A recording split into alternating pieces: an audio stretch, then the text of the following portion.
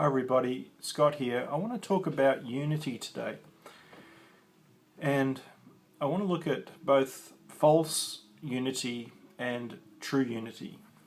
And it's an important concept in regards to both in marriage but also in the body of Christ. So false unity it's kind of like a negative unity. It's where two people are united, but it's out of out of a dysfunction or a negative. And how that might look is one person in the relationship, let's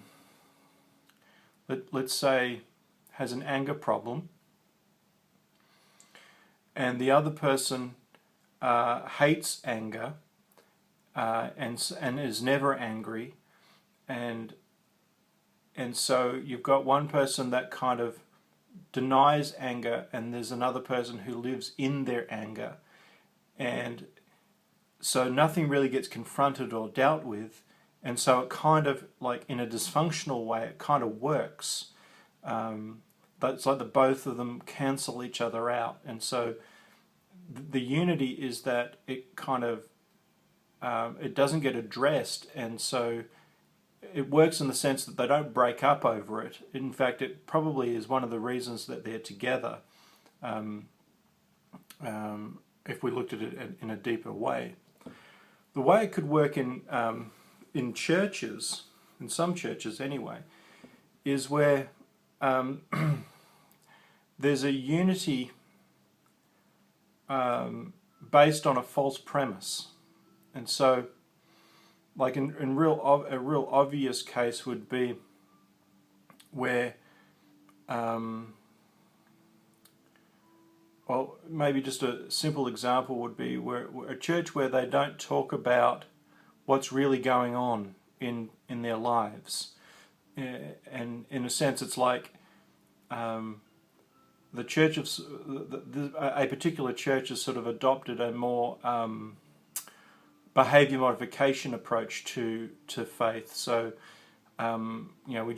we look like we've got it all together, and everybody kind of picks up on that, usually implicitly then explicitly. It's like an unwritten kind of rule that we don't talk about what's really going on, and that's very true also in family of origins as well.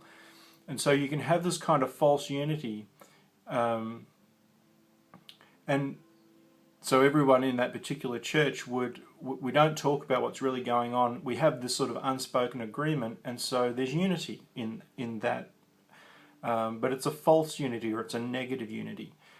And the ironic thing about this is that even false or negative unity comes with a blessing, in the sense that the blessing is that it kind of works. People stay together, churches stay together, and when there's unity, then there's usually stability, even if it is dysfunctional stability, but based on a falseness or a negative. But there can be blessing that comes from it. People stick around with one another for longer. There can be financial stability, financial blessing, all sorts of different positive outcomes that can come out of a false or negative unity.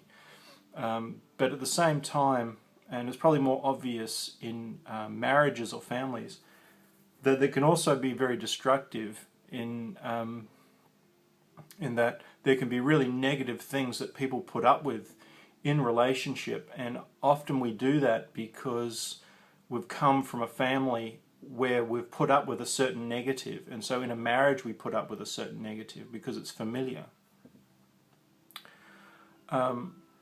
So the positive unity is, like the godly unity, is where it's united in a healthy way, where two people, if we looked at it in marriage, where two people are submitted to one another in genuine unity. So they're always looking for win-wins. They're looking to adjust to each other. They're looking to love the other person, even if they're not particularly lovable at the time.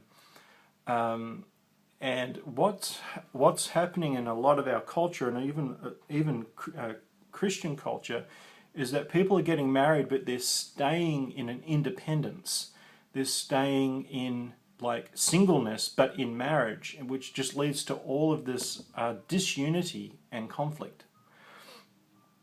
And so, and that can happen on really major issues, but it can also happen in just very small ways.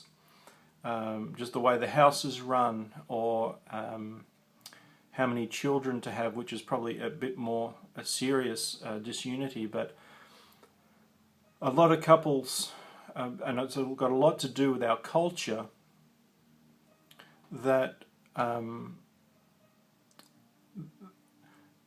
that we try and hold on to our singleness while we're married.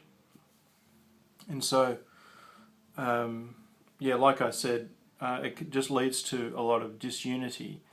And with that just comes a lot of bad fruit, basically. And it can get very, very muddy very quickly. And unfortunately, a lot of couples don't seek help early enough, and there just ends up being a trail of pain and misery, because the couple have just put up with disunity and independence in the marriage.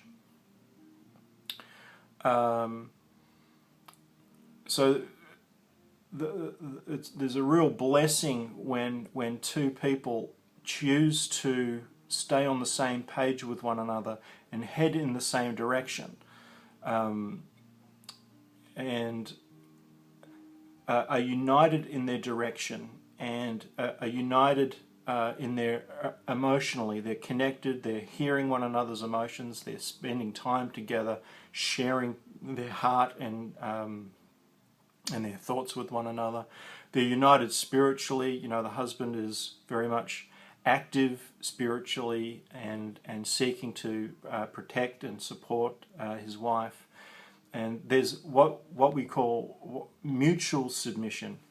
You know, there's a lot of you know, people that look at submission as only one way, that the wife has to submit to the husband, but it's both submitting to one another, with God as the head. And when two people are doing that in all things, then there comes peace and blessing and lots of good things. Just very difficult to attain at times, because there is an adversary, there is an enemy that wants to create disunity, and just our own flesh, our old nature, that just wants things our own way. And of course, we bring baggage from our family of origin, and often couples have